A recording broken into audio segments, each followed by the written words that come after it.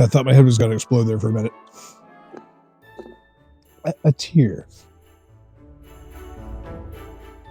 And hey, welcome to the Beer Garden, where we've had a bit of a winter storm here for the past few days. And if you're here because you like beer, and let's be honest, why else would you be here? Please tap that subscribe button down below, because I have low self-esteem, and approval from strangers on the internet makes me feel a lot better about myself. I appreciate that. Hey, tell me what town and state or town and country you are watching from. I genuinely love to read where my viewers are living, and as a matter of fact, I jotted another note down on the back of my sold-out of Beer Snob's Cheap Brew Review coaster set. Shout out to Springfield, Missouri, checking out the brew review. Buxton, Maine. Louisville, Kentucky. Back in my broadcasting days, I used to do traffic for some radio stations in Louisville, Kentucky. And that's how you pronounce it, Louisville. And Playa del Carmen, Mexico. And speaking of Mexico, that's where we're going for this dry January brew review. Dos Equis, lime and salt, zero non-alcoholic beer. Keep in mind, it contains less than 0.5% of alcohol, so they can call it non-alcohol, at least in the United States. If it contains less than 0.5% of alcohol, they can call it non-alcohol. So there you go. Speaking of Playa del Carmen, boy, I spent a day in Playa del Carmen. Kind of sketchy. Yeah, a lot of dirt streets downtown, buildings without windows or doors, and I won't even tell you about the outdoor bathroom I was in Playa del Carmen, Mexico. Let's just say I went and got tested right after that. All right, Dos Equis, lime and salt, and of course, it is dry January. I'm not doing a full-on, I'm doing a damp January this year, not doing dry January, because last year that totally killed my algorithm. Go ahead and pop the top and see what we got on this Dos Equis non-alcohol. And I got to be honest, as we drink from the red label sold out of Beer Snob's Cheap Brew Review pint glass, when I started dry January, it was my first dry January last year, I didn't get it. I didn't understand it. And the longer I went on during dry January, not drinking any alcohol at all, except for these non-alcohol beers, I really sort of got it, because I lost about 10 pounds, first off. And but my whole thing was, I don't understand it. It's like drinking decaf coffee. I just didn't get it, because, you know, there are many reasons why people drink beer. And we drank some crap non-alcohol beers. Check out the dry January playlist I have here on the channel. I just didn't get it, but then I ran across a couple of really good brews, non-alcohol brews, and every once in a while, you know, you shake things up at work when you're sitting there at lunch break, you know, down in a beer, non-alcohol beer, of course. There we go. It looks like a Dos Equis. Well, because it is a Dos Equis, but at 73 calories, the lime and salt, I'm a little, I don't know. And it says it is a malt beverage, which I don't understand. A lot of the non-alcohol brews say malt beverage with natural flavors. And if anything you eat or drinks has natural flavors in it, that means it's not natural.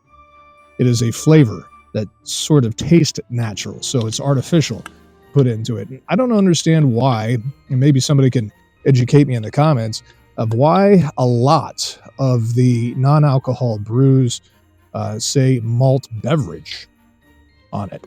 Let's go ahead and give it a nose here. I don't know what exactly we're going to pull out of this. We're sitting here freezing. We had more ice and snow and sleet and freezing rain here in the beer garden. Oh, and I must reintroduce the Grand Fig and the Frozen Fire Pit. If you're new to the channel, welcome. Time for the nose. It's hard to, at this, it's 29 degrees here in the beer garden. With this cold, it's hard to pull out any sort of nose. I'm getting a little bit of a sweetness. I am getting a little bit of that citrus hidden in there somewhere. But that's about it. So I'm going to be rating this non-alcohol brew out of 5 stars. How good of non-alcohol in a non-alcoholic brew is it? Well, we'll find out. So, time for the liquid to hit the lips. Town and state, town and country, where you're watching from, and let me know what brew you're enjoying or what beverage you're enjoying while you're watching this brew review. Cheers. Salud.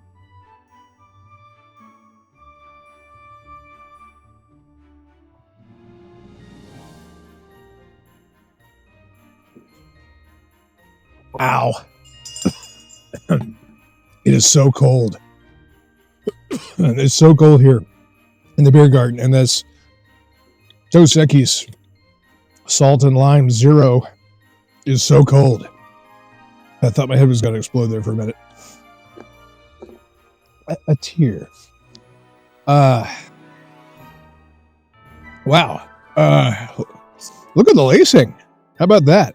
The lacing, if you're new to beer drinking, is the white foam that sticks to the inside of the glass, which some say is indicative of quality in the brewing process or quality in the ingredients. I'm one of those people who tend to agree with that. Town and state, town and country, where you're viewing from. Also, thank you for the super thanks. People are tapping those super thanks down below.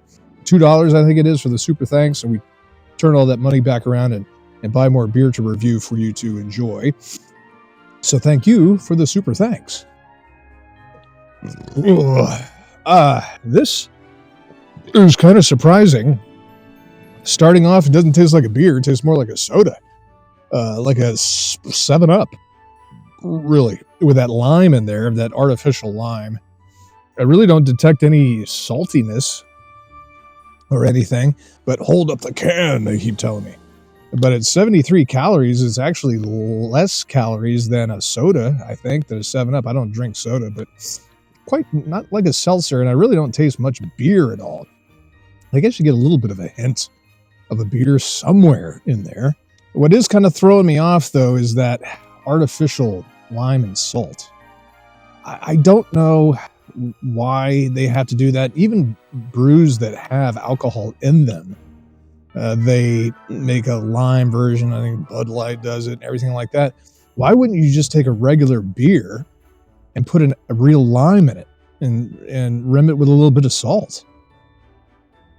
I mean, come on, man. Go for I'm not one of these tree hugger types that are all natural, organic, and all that stuff. But I mean, why drink artificial stuff when you can put a natural lime in it and some natural salt? Shocker. Oh, the cost. It's more cost effective when you're mass producing. I know. But anyway, when you're drinking it when I'm drinking it on my own, I'm going to be cutting my own lime and sprinkling my own salt. That's just me. Okay. So, out of 5 stars for dry January, as we're here freezing in the beer garden, how good a brew, non-alcohol brew, is Dos Equis Lime and Salt 0? It's refreshing. Doesn't taste like a beer, but yeah, I could maybe see if you sprinkle some of these in your Yeti amongst some other beers. And so if you do what Kid Rock suggests, he told me once that he drinks 3 beers, a glass of water, 3 more beers, glass of water every 3 beers. And it keeps him, he doesn't have a hangover the next day. So, hey, if Kid Rock's preaching it, this could be your water, really. So if you're drinking 3 regular beers with alcohol in it, then follow it up with one of these, and you just keep the party train going. Why not? So as far as a non-alcohol brew is concerned, I'm going to put you on the 3 shelf, only because it doesn't taste like a beer. Really, it doesn't taste like a seltzer either. So don't worry. It's somewhere between. It's straddling like a beer and a seltzer. I'm going to put you at a 3.24 out of 5 stars. So there you go. Hey, thank you for your views, sub, and support. Thank you for your super thanks. Tell me your town and state, town and country where you are viewing from. And check out some more of my reviews here on A Beer Snob's Cheap Brew Review. Absolutely appreciate it. In front of the Grand Fig and the frozen fire pit.